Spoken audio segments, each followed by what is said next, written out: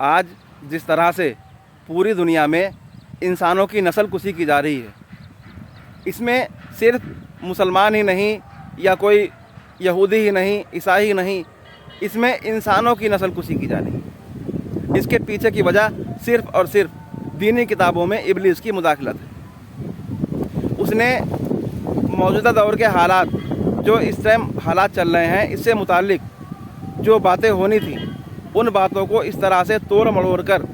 دین کے اندر شامل کیا ہے کہ عالم دین جو ہیں انہی باتوں پر عمل کر رہے ہیں، یعنی جو کتابوں میں لکھا ہوا ہے اسی کو آنکھ بند کر کے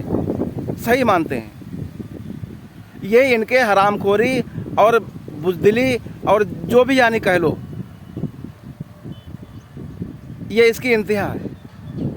کیونکہ ان کے اندر ایمان نام کی چیز ہے ہی نہیں۔ اگر واقعی ان کے اندر ذرہ برابر بھی ایمان ہوتا تو ان باتوں پر غور فکر کرتے،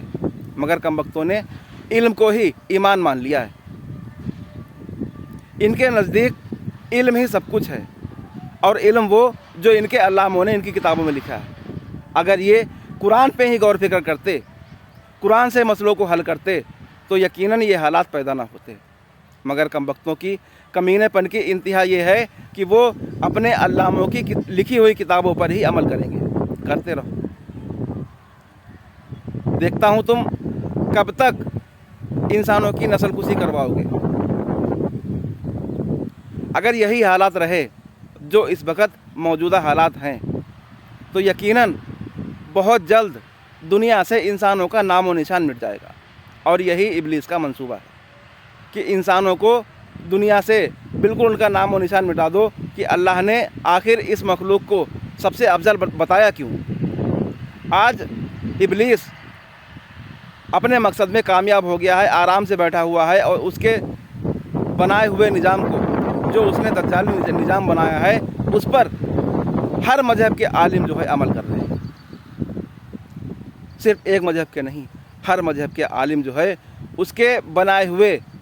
ابلیسی نظام کے اوپر عمل کر رہے ہیں، اور اس میں اگر کسی کا نقصان ہو رہا ہے تو وہ قوم کا نقصان ہو رہا ہے، انسانوں کا نقصان ہو رہا ہے۔ ہر انسان جو ہے آج اس قدر لاچار ہو چکا ہے، مجبور ہو چکا ہے، اس کو پتہ ہی نہیں کب اس کو جو ہے کہاں پہ قتل کر دیا جائے، کب اس کے ساتھ کیا ہو جائے، کچھ پتہ نہیں۔ اس کی وجہ صرف یہی ہے کہ قوم نے اپنے رہنمائی کے لیے جن عالموں کو چنا ہے وہ نااہل اور ناکارہ ہیں، ان کے اندر ایمان نام کی چیز نہیں ہے، اور جب ایسا ہوتا ہے تو اللہ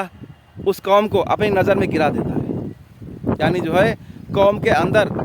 صحیح اور غلط کی سمجھنے کی صلاحیت نہیں رہ گئی ہے۔ ان کو سمجھ میں نہیں آتا ہے کہ جن کو انہوں نے اپنا رہبر بنایا ہے حقیقت میں وہ اس لائق ہیں یا نہیں۔ اس کی وجہ یہ ہے کہ ان عالموں نے جو ایمان والے تھے،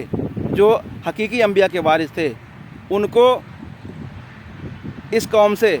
بالکل علیحدہ کر دیا۔ ان پر اتنے فتوے لگا دیے ہیں کہ لوگ ان کو جو ہے گیا گزرا، دقیانوس اور پتہ نہیں کیا کیا سمجھتے ہیں۔ کاش کہ اس قوم کو سمجھ آ جائے